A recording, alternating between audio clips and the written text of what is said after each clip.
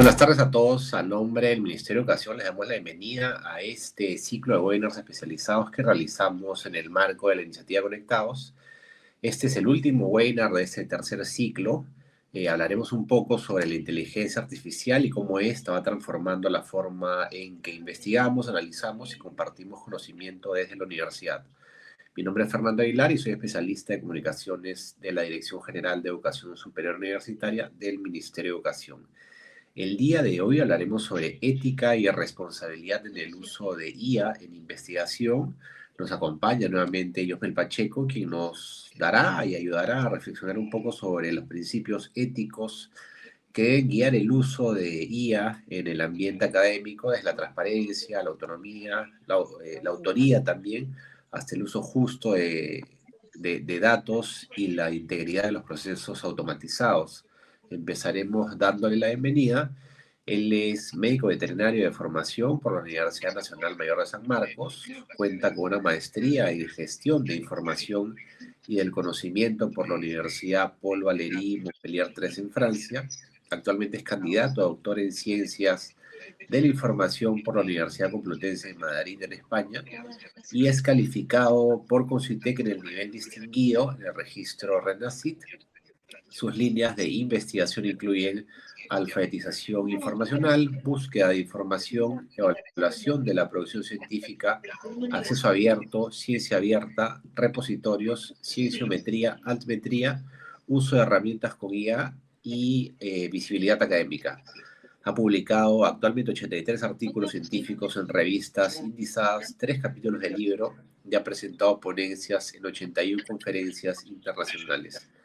Él es el responsable de editar 6 de las 14 revistas peruanas en Scopus, 7 de las 16 revistas en ESI World Science y 4 en Inbase. Trabaja en la Universidad Científica del Sur como investigador y como especialista en investigación para atención de universidades públicas en el Ministerio de Educación.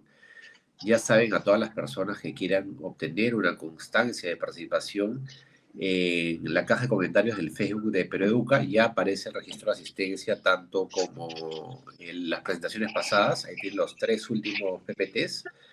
Y ahorita voy a coordinar con el equipo de Facebook Video para que también pueda fijar la caja, el registro de asistencia y las presentaciones pasadas.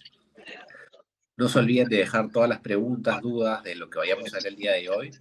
Y ahora, muchísimas gracias, Josmel, por acompañarnos esta tarde. Buenas tardes con todos. Bueno, hoy día, como bien ha mencionado Fernando, voy a hablar sobre ética y responsabilidad en el uso de la IA en investigación. ¿Se me escucha? Quisiera confirmar nada más. Perfecto. Entonces, para iniciar hoy día nos toca una jornada un poco teórica, pero voy a tratar de dejar un poco de tiempo para las preguntas finales, sobre todo porque el tema de la ética en la investigación, sobre todo utilizando inteligencia artificial, es algo que en la actualidad es una cuestión que debemos tomar en cuenta de manera mucho más seria de lo que se está tomando, ¿no? Mucha gente hace búsquedas de información, le cree a ChatGPT, a Manus, a Cloud, a Gemini, eh, piensa que de esa forma van a poder hacer investigación. Hasta cierto punto se podría, pero no es del todo cierto. Tenemos algunas cosas que aclarar, entre ellas está, por ejemplo, la fuente de información, ¿es plagio o no es plagio? Y otras cuestiones, ¿no?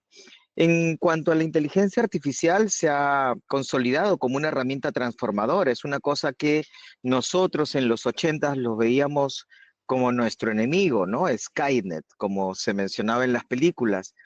Y sobre todo en el ecosistema de la investigación universitaria, no solamente sirve para el tema de la innovación en la industria, sino que en investigación es una de las temáticas que está tomando mayor énfasis e incluso hay herramientas que se han especializado solamente en el tema de investigación.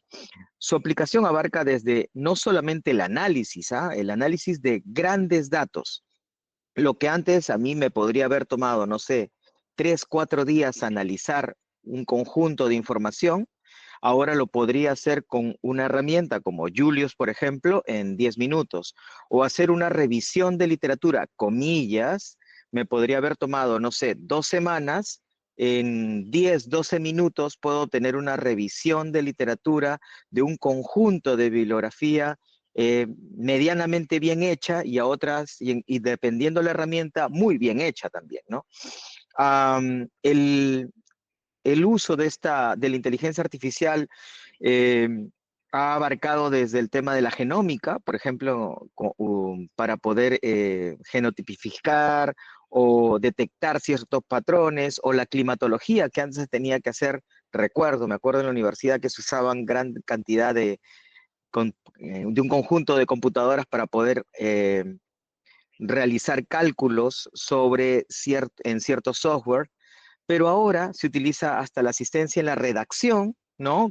Utilizamos muchos de nosotros muchas herramientas, y sobre todo, como he mencionado antes, la revisión de literatura académica, ¿no? Que nos toma todavía mucho tiempo.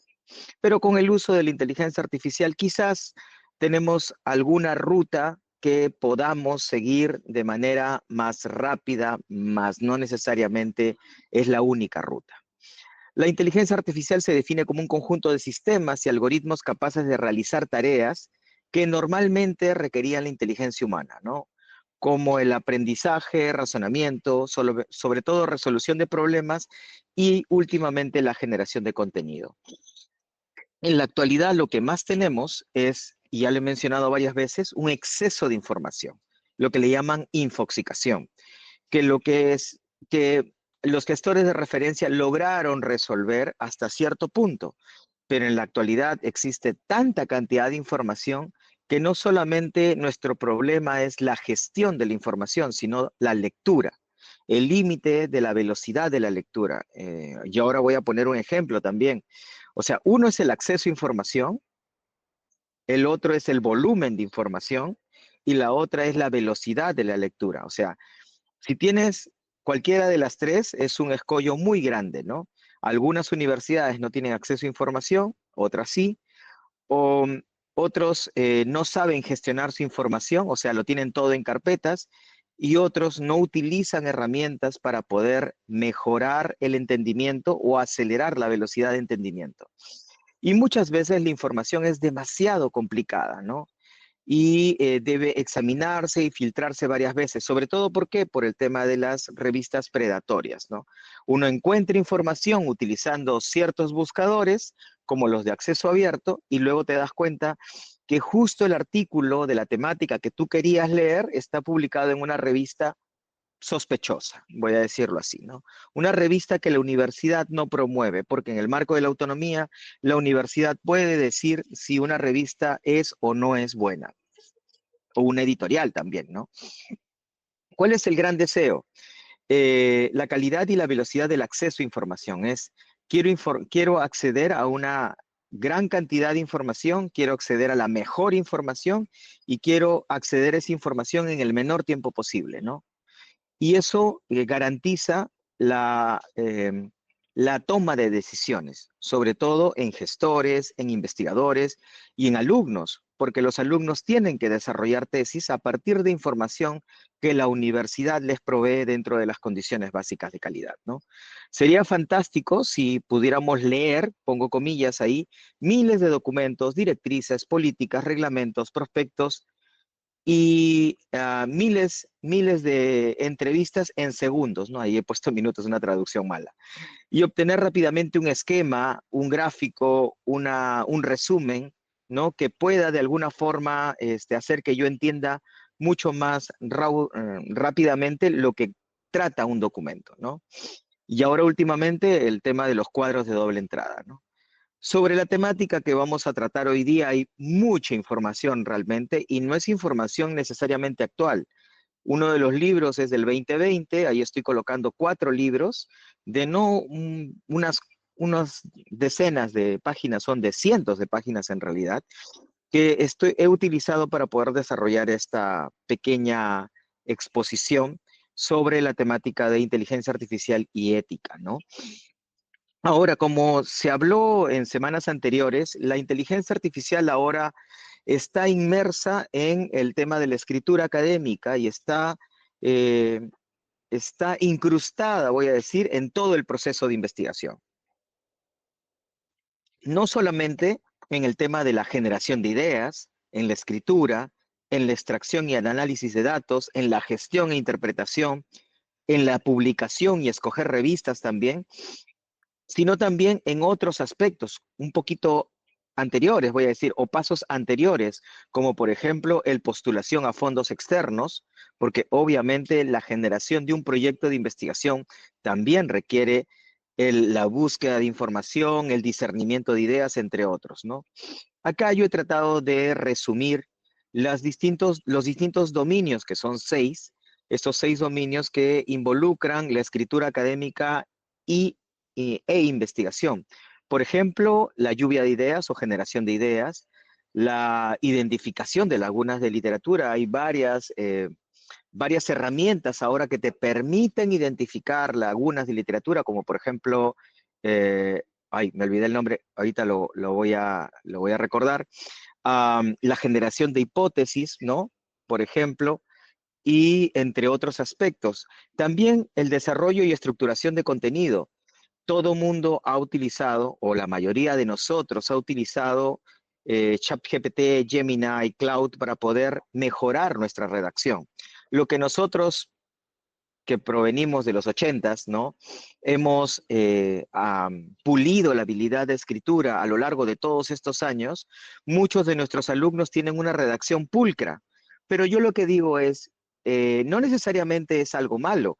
Lo que estás haciendo es utilizar una herramienta para mejorar tu escritura, pero yo necesito saber cuál ha sido la forma original y qué has aprendido con lo que estas herramientas que usan inteligencia artificial, eh, qué es lo que ha hecho esta herramienta y qué has aprendido de la respuesta de esta herramienta, ¿no?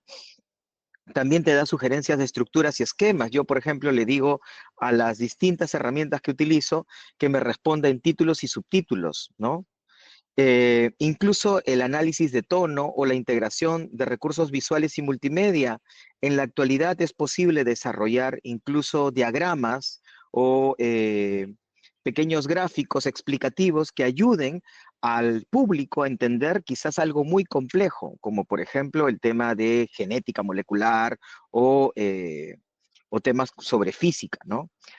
Y en la revisión y síntesis de literatura, ahora ayuda a la extracción y análisis de textos, al análisis semántico, ¿no? De grandes corpus, a la creación de tablas y resúmenes y análisis comparativos. Eso lo uso mucho realmente. Encuentro dos artículos y lo que hago es básicamente comparar y síntesis automáticas del estado del arte. Yo lo que quiero es que el aplicativo, a partir de la indicación que yo le dé, me permita o me dé una revisión de literatura medianamente buena. Y esa revisión de literatura lo que quiero es que sea a partir de bibliografía de alta calidad. También se puede en este momento. Ojo, en este momento ya se puede. Antes era como un sueño y vamos a ir paso a paso también, ¿no? La generación y análisis de datos, la gestión y análisis de datos, ahora se pueden generar gráficos de gran volumen de datos. Antes solamente lo podían hacer los gestores de datos, ahora uno inserta en ciertas herramientas y básicamente lo que hacen las herramientas es ayudarte a generar un gráfico de manera de que tú puedas ver patrones, ¿no?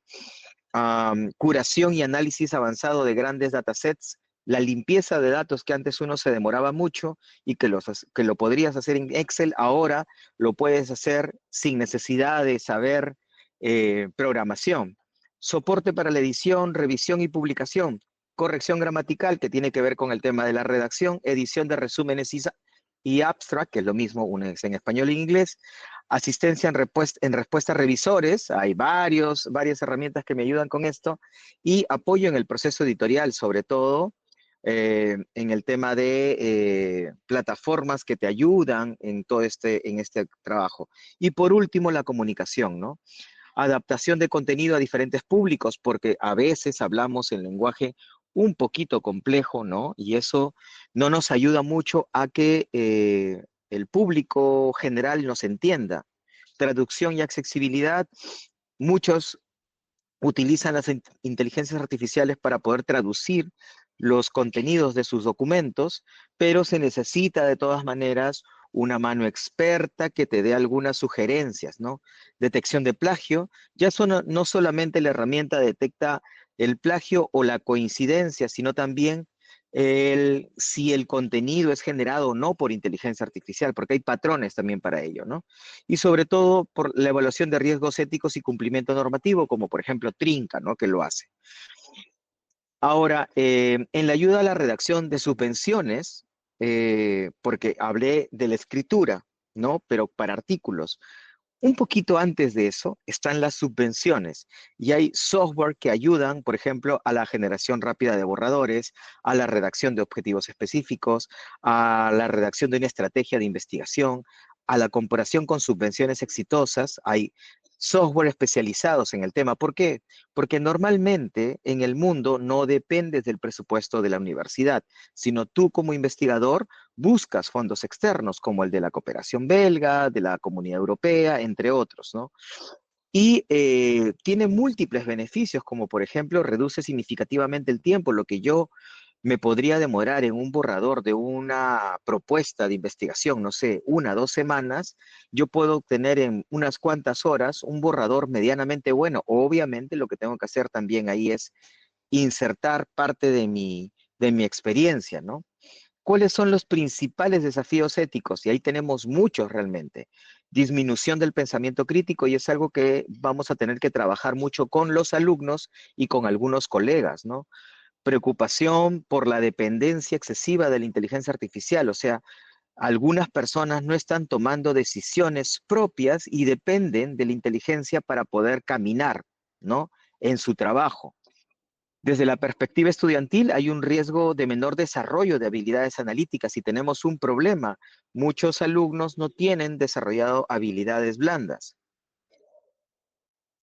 Si a eso le adicionamos este tema de desarrollo de habilidades analíticas, estamos ante un gran problema realmente. Por tanto, la idea no es prohibir, la idea es promover, pero ver cuáles son los riesgos y darle un trato un poco más personalizado al alumno para que pueda, y como lo he dicho en charlas anteriores, no es prohibir que usen la inteligencia artificial, no es dejarle que hagan el resumen ya saben hacerlo, es decirle al alumno, cuéntame qué es lo que entiendes de ese resumen, ¿no? Para que pueda desarrollar ciertas habilidades, ¿no? Cuestiones de autoría y responsabilidad también es un desafío ético sobre a quién le atribuimos el trabajo realizado. Todo lo ha hecho la inteligencia artificial y el docente y o el alumno te lo presenta como propio. ¿Es realmente el alumno el autor? ¿No? Y hay una incertidumbre sobre el reconocimiento del aporte personal y de la IA. ¿Cómo resolvemos esto? De alguna forma, lo que hay que hacer es siempre promover el aporte de cada uno de nosotros. O sea, yo recibo el texto y a partir del texto yo lo uso como borrador, como columna vertebral para poder desarrollar mi trabajo. Sesgos algorítmicos de equidad, muchas veces estas herramientas están entrenadas con cierto tipo de información.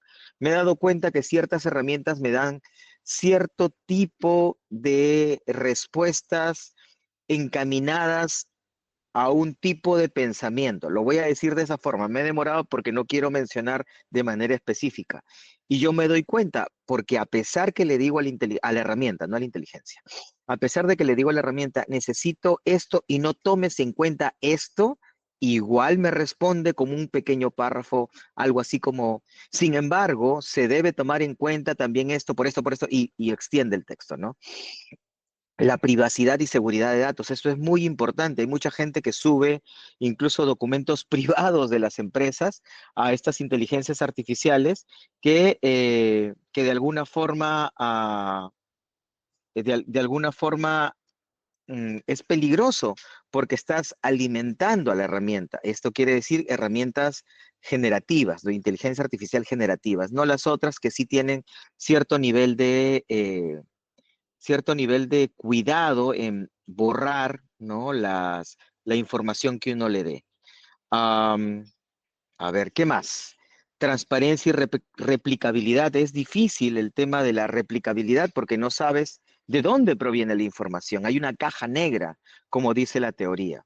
Ojo, este cuadro, y también lo voy a poner al final, todo este cuadro lo he hecho con una herramienta a partir de un conjunto de artículos, y ahí están las referencias por si acaso, ¿ah?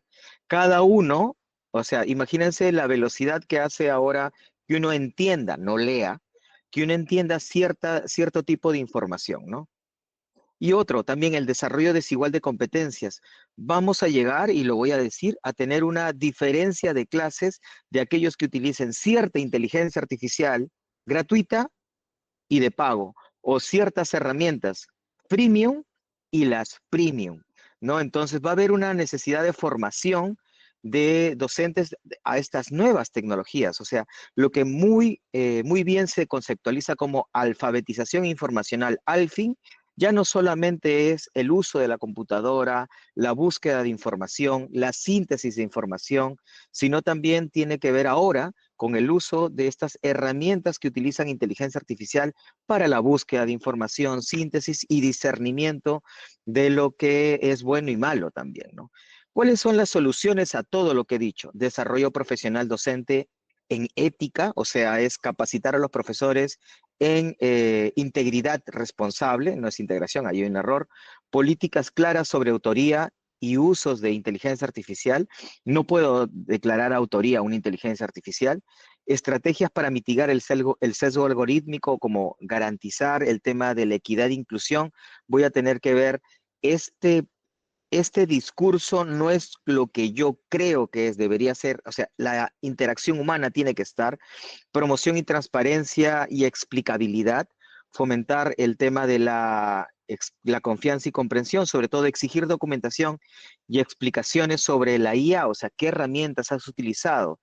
Inclusión curricular de ética en IA. Ya no solamente basta el tema de la ética, integridad científica, sino tenemos que incorporar ahora a la ética el uso de estas herramientas, ¿no? Sensibilizar a los estudiantes y docentes sobre las implicaciones éticas de utilizar las inteligencias artificiales, las distintas que hay, por si acaso, ¿no?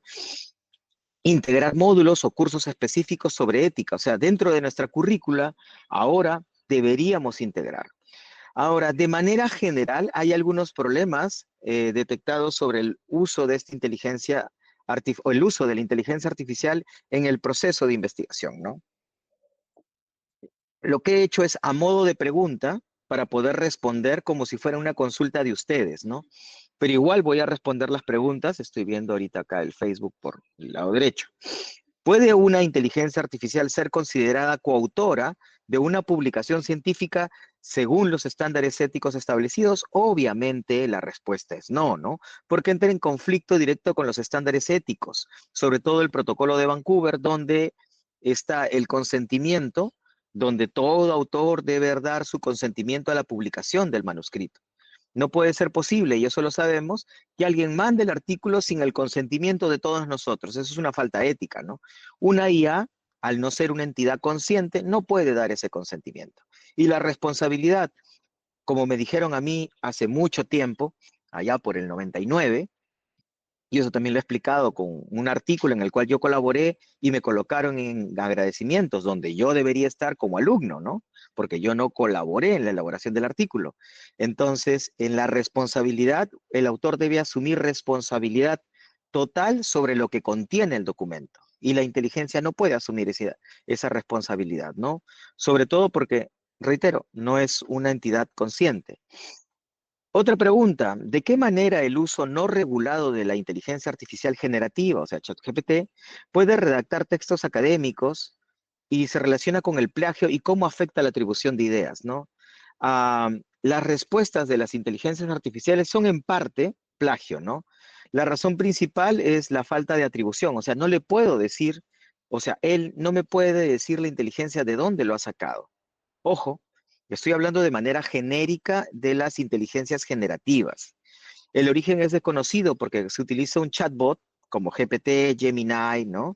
Ojo, hay ahorita modelos en este momento, esto es de julio, de 4 de julio lo expuso un amigo, Juan Machín Mastro Mateo, en México, Y en este momento ya hay algunas inteligencias generativas, agentes, que acaban de salir, que ya permiten darte textos con referencias, pero no son totalmente infalibles.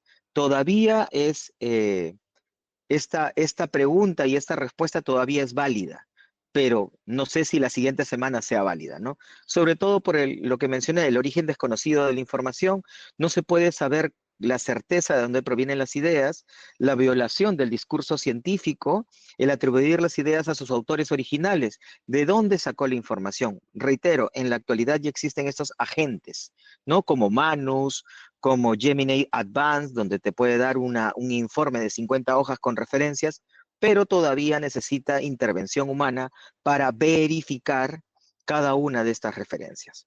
Otra pregunta relacionada a ética: ¿de qué manera el uso no regulado de la IA generativa para redactar textos académicos se relaciona con el plagio? Bueno, viene con la anterior, ¿no? Falsa originalidad, porque la IA no es creativa, lo que hace es recombinar información, te lo redacta de manera inteligente, te lo redacta como cuando nos decían, tienes que parafrasear esto para que suene bien. Lo que hacíamos nosotros de manera manual y nos demorábamos, no sé, media hora, 45 minutos, la inteligencia artificial generativa lo hace en segundos. Y eso va a hacer que nosotros perdamos ciertas habilidades, ¿no? Y bueno, es una forma de plagio y hay que, de alguna forma, de alguna forma hay que luchar contra eso, ya que no se reconoce el origen de las ideas. ¿Cuáles son los riesgos de las alucinaciones? Yo no le llamaría alucinaciones, pero creo que por términos legales le llaman así. Yo le diría mentiras, ¿no? Porque lo que está haciendo es mentir para hacerte creer algo. Y las citas alucinadas de la IA para la credibilidad científica y qué responsabilidad tiene el investigador al respecto. La creación de información falsa, la inteligencia artificial puede inventar referencias y yo lo he comprobado cuando me emocionaba, preguntaba sobre algo que estaba en ese momento como idea y encontraba supuestamente textos creíbles. Estoy hablando hace medio año más o menos, ¿no? Pero uno, cuando lee sobre cierta información, uno sabe cuáles son los investigadores que publican sobre la temática, uno sabe qué revistas publican sobre la temática, también sabe qué revistas son malas, evidentemente, y de la nada apareció un artículo con un título sugerente del año pasado en una revista del Cuartil Uno, y yo me dije, no puede ser cierto, es demasiado bonito para ser cierto, y estaba yo en lo cierto, era una cita alucinada, una cita inventada. La contaminación del ecosistema científico también es peligrosísimo, porque si uno no verifica las referencias, si uno no verifica la información, puedes incluir las citas falsas en un trabajo y lo publicas, ¿no? Por ejemplo, en un preprint que no tiene revisión por pares, por eso los preprint no se toman en cuenta para ningún tipo de evaluación, simplemente es difusión. El sistema como Google Académico puede indizar estas referencias inventadas, creando registros falsos y contaminando el ecosistema, ¿no? ¿Qué otro riesgo? El tema de la responsabilidad de nosotros como seres humanos. Es un deber ético verificar cada una, lo que he mencionado, cada una de las declaraciones y referencias generadas por la inteligencia, ya que no hay que confiar ciegamente en la herramienta. O sea, cuando un alumno te entrega un trabajo y está perfectamente redactado, vamos a tener que cambiar nuestra metodología para poder evaluar, no solamente recibir el trabajo, sino también que hay una verificación de las referencias. Actualmente ya existen herramientas que hacen esto de manera semiautomática, ¿no?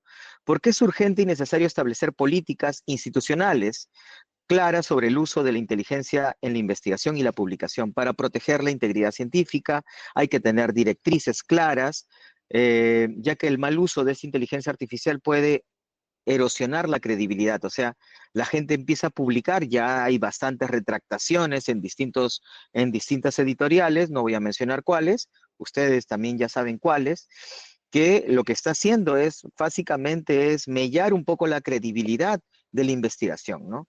Hay que prevenir el colapso de habilidades críticas. Lo que he mencionado, ¿no? Los alumnos y nosotros mismos vamos a perder habilidades fundamentales como la argumentación, la lectura profunda y el pensamiento crítico. ¿Por qué? Porque vamos a depender de la inteligencia artificial para poder tomar decisiones. Entonces, ahí también hay un problemita, porque guiar a la comunidad, las políticas editoriales de las revistas ya están relacionando, ya están reaccionando, disculpen, al mundo prohibiendo o limitando estrictamente el uso del IA, ¿no? Yo hablaba con un amigo editor y me dice que él cero, cero tolerancia a la inteligencia artificial, ¿no? Las instituciones académicas, y eso es una sugerencia, deben crear sus propias normativas. Cada universidad, en el marco de su autonomía, debe evitar el caer en este cortoplacismo, en este facilismo de recibir artículos sin verificación, ¿no? Y sobre todo, para evitar el tema, nosotros como investigadores, resultar en el rechazo del artículo si un editor te encuentra que has utilizado inteligencia artificial no declarada, va a rechazar tu artículo o peor, van a detectarlo después de publicar y van a retractar y va a ser humillante, ¿no? ¿Cuáles son esas estrategias para mitigar los riesgos, no? Para mitigar estos riesgos del uso indebido, ojo, de la inteligencia artificial, se requiere estrategias multifacéticas. Estas estrategias multifacéticas tienen que ver con investigadores, editores, revisores, ojo, e instituciones.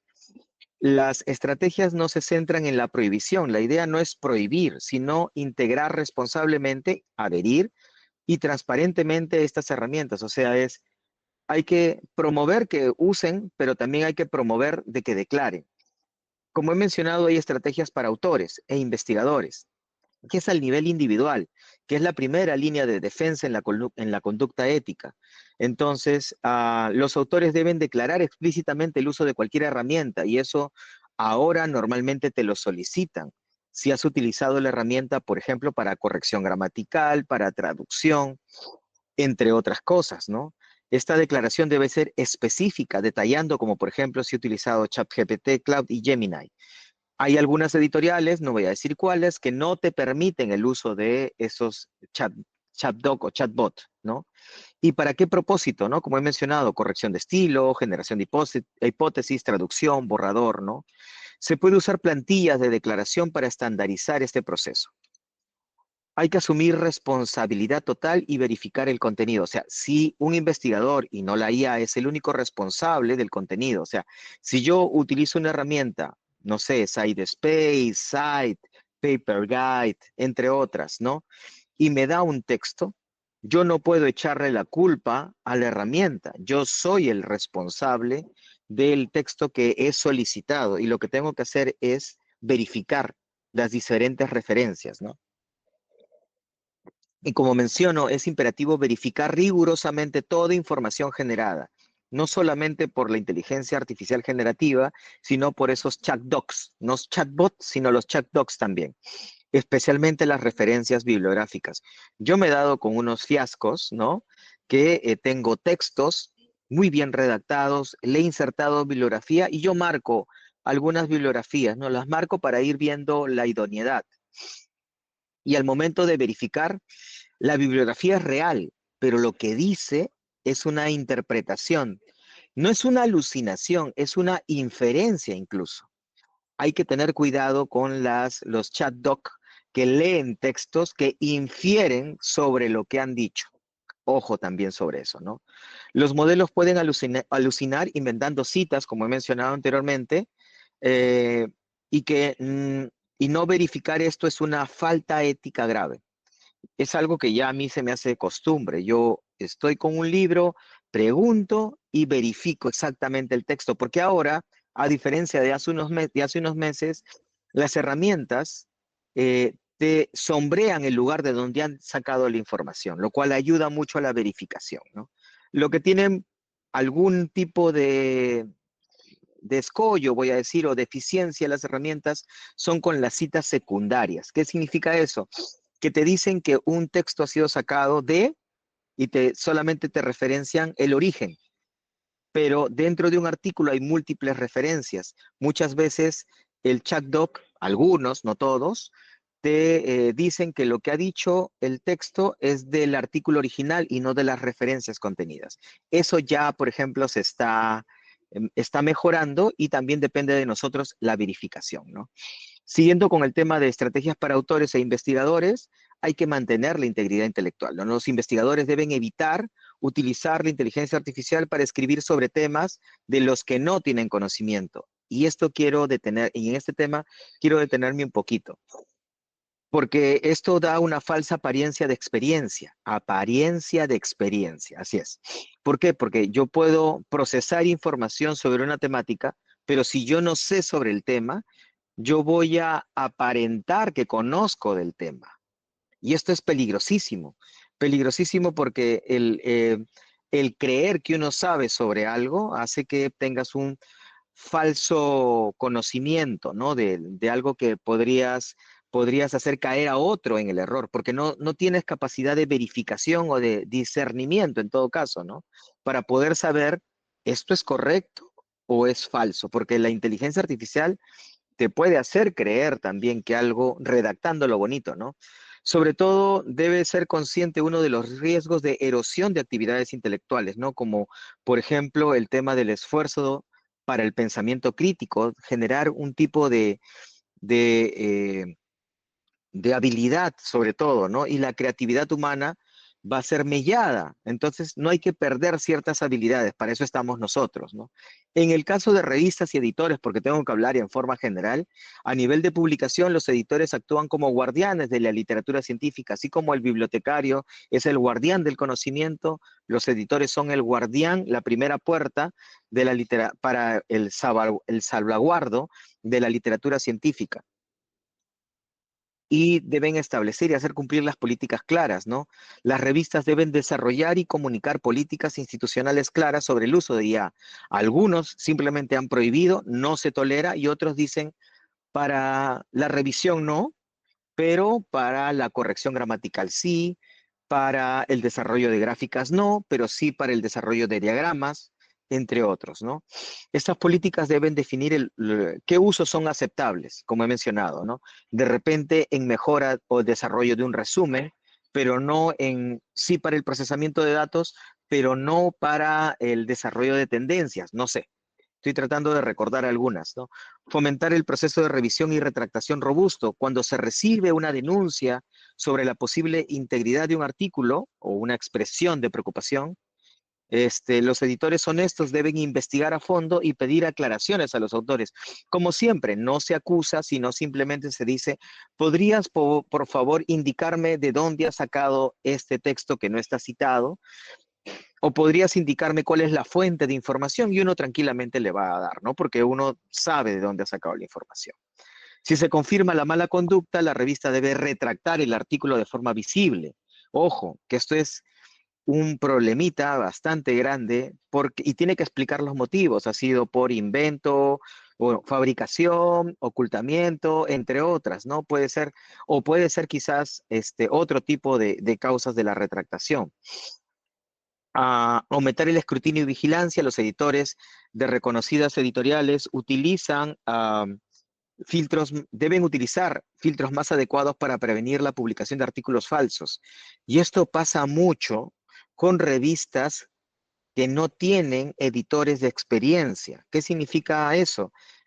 Los famosos editores invitados, que uno sabe cuando es digno de ser invitado. Si tienes 3 artículos en el área X y la revista trata sobre X y te invita de la nada a ser editor invitado, estoy completamente seguro de que la experiencia que uno tiene no va a ser suficiente para detectar o para prevenir que un artículo está mal hecho, ¿no? Porque para poder ser editor hay que caminar mucho, ¿no? Y sobre todo la experiencia que hay que tener sobre el tema de publicación, el tema de proyectos de investigación, el discernimiento entre la paja y el trigo, del tema de información, ¿no? Eh, el editor debe estar atento a los indicios de uso indebido, como el lenguaje repetitivo, bueno, el tema de el uso de, ¿cómo le llaman estas palabritas, ¿no? Que son constantemente repetidas como, ay, me he olvidado la palabra ahorita. y transiciones inconsistentes y un número excesivo de publicaciones por parte del mismo autor. Ojo, esto lo pongo en azul porque es imposible, ¿no? Publicar 40 artículos en un año, o no sé, o 25, a menos que tengas financiamiento, tengas grupo de investigación, tengas 30 años de experiencia, ¿no? El año tiene 52 semanas y tienes 50 artículos, o sea que has hecho un artículo cada semana. Bueno, es cuestionable en todo caso, ¿no? Pero hay que analizar caso por caso. Para el caso de revisores, el nivel del control de calidad es importante mantener la calidad científica, ¿no? Los revisores tienen la obligación ética de no utilizar herramientas de inteligencia artificial para analizar o escribir reseñas de manuscritos, porque son confidenciales, ¿no? Son totalmente confidenciales. Hacer este tipo de acciones constituye una grave violación. Lo que sí he visto es que utilizan algunos alumnos, algunos docentes, herramientas que revisan el documento, pero dentro de la seguridad de estas herramientas eliminan el documento y no sirven para alimentar. Ojo, hay que leer bien qué herramientas se utilicen, ¿no? Se utilizan. La revisión por pares debe ser un juicio humano y experto. No cualquiera puede ser revisor por pares. Si yo soy, no sé, ingeniero, no voy a revisar una revista, un artículo de educación o de medicina. ¿Dónde está mi experticia en ese aspecto, no? Sobre todo, sospechen de esas revistas que invitan a uno a ser revisor, ¿no? Cuando el área de experticia no tiene nada que ver. Soy, no sé, odontólogo y me invitan a revisar sobre un artículo de salud pública, pero que tiene que ver con enfermedades emergentes. Y tú dices, no está con mi experticia, quizás sí o no. Bueno, finalmente se necesitan esfuerzos a nivel de toda la comunidad científica, ¿no? Desarrollar y actualizar guías éticas. Las instituciones, las universidades y los organismos reguladores deben crear y mantener guías vivas sobre el uso responsable, sobre todo porque, no sé si se han dado cuenta, la tecnología evoluciona constantemente. Yo, por ejemplo, mi presentación que la uso incluso para dictar clase en una universidad del extranjero, le he cambiado cerca de 30 veces ya, porque hay herramientas que ya ni existen o hay herramientas que ya han cambiado completamente tanto su estructura como su modo de respuesta e incluso la tecnología o el modelo que usan, ¿no? Estas guías deben alinearse al uso de la IA, ¿no? Con los criterios establecidos a la integridad científica. Y bueno, hay que fomentar la educación y concienciación, sobre todo porque las universidades y centros de investigación deben implementar modelos educativos que enseñen a toda la comunidad científica, ahí debería haber agregado no docentes también, sobre los riesgos del uso ético de la IA, ¿no? Es importantísimo, sobre todo las masterclass o las charlas ayudan mucho a que todo el público de la universidad tome conocimiento de lo que es y que no es bueno, ¿no? Así se debe promover los recursos como el blog Retraction Watch, que de alguna forma nos mantiene informados sobre problemas de integridad científica.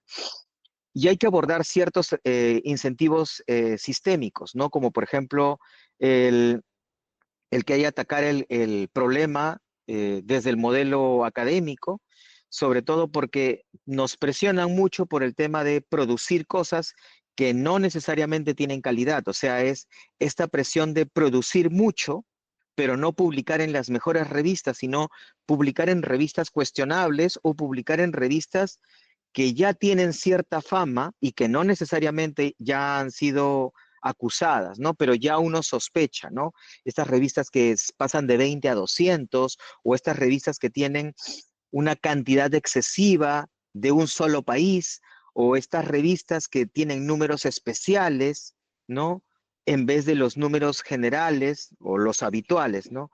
Una estrategia a largo plazo sería reformar estos incentivos para valorar más la calidad sobre la cantidad y hay algunas universidades que ya están en este aspecto. Para terminar, 4 recomendaciones que más o menos resumen todo lo que he dicho. Reforzar la formación ética y técnica mediante programas obligatorios, tanto para nosotros los docentes como para estudiantes. Actualizar normativas institucionales sobre todo en temas de autoría, responsabilidad e integridad científica, como lo ha hecho con CITEC, por ejemplo, ¿no? Desarrollar protocolos robustos para la protección y gobernanza responsable de datos, porque no es posible que alguien inserte información confidencial en una herramienta y crea que no va a pasar nada, ¿no? Fomentar una cultura académica y de investigación basada en la transparencia, rendición de cuentas y ética sobre todo. No hay que prohibir, hay que promover, pero en esa promoción también hay que tratar de que la comunidad académica lo que haga es que pierda el miedo a declarar, porque no sé por qué tendrías que ocultar, simplemente he utilizado ciertas herramientas, como por ejemplo yo para poder desarrollar esta presentación he utilizado todas estas herramientas. Para el cuadro que mostré, por ejemplo, utilicé PaperGuide, Anara y Charlie. Para la búsqueda de información, DocuAs, que tiene un buscador que se llama Sage, SiteSpace, AI2, Scholar AI y Future House, y también Undermined, ¿no? Y Scholarcy para algunos PDFs que he estado tratando de detectar cierta información que es muy eficiente y sobre todo Site Summary, que me permite generar, entre otras cosas, por ejemplo, para poder entender la información, generar audios o generar presentaciones y a partir de eso me permitió generar algunas diapositivas para poder acelerar el proceso, ¿no? Todo esto verificado, evidentemente, ¿no? Muchísimas gracias y esto sería por mi parte. He tratado de dejar algunos minutos para que puedan preguntar los presentes. No quedo atento. Muchísimas gracias, Josmel. De hecho, bastante interesante y veo bastantes personas que escriben sobre las presentaciones. Igual el día jueves voy a coordinar con Josmel para subir al Drive el PPT de la sesión de hoy. Y a las personas que no puedan acceder al registro, bueno, a las presentaciones pasadas, les pido que dejen su correo electrónico en la caja de comentarios. Yo me encargaré de enviarles las presentaciones para que las tengan todas ahí. Acá bastantes personas comentan que sí, es cierto que debemos ser cuidadosos con el uso de IA, actuando siempre con ética y sobre todo referir adecuadamente, ¿no? Que es básicamente todo lo que has comentado en la sesión de hoy. ¿Qué comentarios podrías darnos, Josmel, recomendaciones ya para cerrar este ciclo, este tercer ciclo de webinars? Bueno, para finalizar, uno, el que confíen mucho en la orientación que la universidad le pueda dar con respecto al tipo de información, o sea, busquen orientación por parte de la universidad para que les pueda determinar qué tipo de información la universidad cuenta como parte de las condiciones básicas de calidad. Dos, no confíen ciegamente en las herramientas, ¿no? Las herramientas lo que hacen es ayudarnos a procesar información más rápido. Siempre hay que verificar y reverificar. Y para finalizar, realmente lo que hay que hacer es adaptarnos o morir en el intento. No puede ser posible que no querramos seguir la ola. No podemos estar contracorriente, ¿no? Lo que debemos es subirnos a la ola y mantenernos encima de ella. Y ojo, esta temática, yo les digo, ha cambiado cada mes, cambia y cambia y cambia. Yo mencionaba antes las herramientas o los chat doc, no la generativa, no era posible generar cuadros. Ahora sí, ahora hace cuadros comparativos incluso. Ahora te genera incluso las referencias. Antes no lo hacía. Ahora se puede combinar, genera cuadros con referencias, como han visto en la presentación. La anterior, antes tampoco podía procesar gran cantidad de información. Yo me acuerdo que colocaba, no sé, 50 libros de 500 hojas cada uno, unos 100 artículos de 10 hojas cada uno y la herramienta la estresaba, se llama, ¿no? Estresar el sistema. En la actualidad, con los nuevos modelos como Gemini 2.5 Pro, que utilizan algunas herramientas, hago la misma pregunta y ahora es bastante eficiente, con ciertas cositas, evidentemente, ¿no? Entonces, a lo que voy es de que hay que estar constantemente actualizándose para que uno pueda desarrollar mejor su trabajo, que nuestro trabajo como docentes es, ya saben, a partir de la ley universitaria, docencia e investigación, ¿no? proyección social y sobre todo la cuarta, perfeccionamiento continuo, que es donde nosotros debemos ponerle énfasis para poder estar actualizados. Perfecto, Yosmela, y veo que bastantes personas van dejando sus correos, sigan dejando sus correos. Yo el día jueves me encargaré de compartirles las presentaciones. Y ya con esta última consulta nos vamos. Ernesto pregunta si deberían desarrollarse desde el pregrado cursos obligatorios acerca de los temas de publicación y divulgación científica con IA. ¿Qué A, podrías comentarnos? a mí me parece que sí, pero desde pregrado, mira, por ejemplo, en mi facultad teníamos introducción al conocimiento científico, ¿no? Desde primer año. Pero ahora deberíamos insertar eso como temática dentro del curso que se promueve de proyecto de tesis y tesis al final de la carrera, ¿no? En el último año. Insertarlo como parte de nuestra currícula, como parte de la currícula para el alumno. También debería insertarse no solamente el tema del uso de la IA o de los peligros, sino de ética e integridad también para que el alumno sepa qué es una editorial predadora, qué es una revista predadora, cuáles son esas malas prácticas que tienen estas revistas y cómo evitarlas, ¿no? No solamente el uso de las herramientas, sino una cosa más integral que ayude a que el alumno cuando salga de la universidad no sea engañado por esas entidades que les prometen el cielo y al final terminan provocando más problemas que soluciones. Muchísimas gracias, Yosmel. Muchísimas gracias a todas las personas que se han conectado el día de hoy con nosotros. Justo como comentaba con Yosmel, estas semanas estaremos viendo eh, el nuevo ciclo de webinars que tendremos a fines de septiembre sobre investigación y si también igual quieren dejar temas que les interesarían, los pueden dejar en la caja de comentarios. Y ahora sin más, muchísimas gracias, Yosmel, y muchísimas gracias a todas las personas que se han conectado a lo largo de estas 4 sesiones con nosotros y los esperamos en una siguiente edición. Muchísimas gracias y buenas noches a todos. Buenas noches.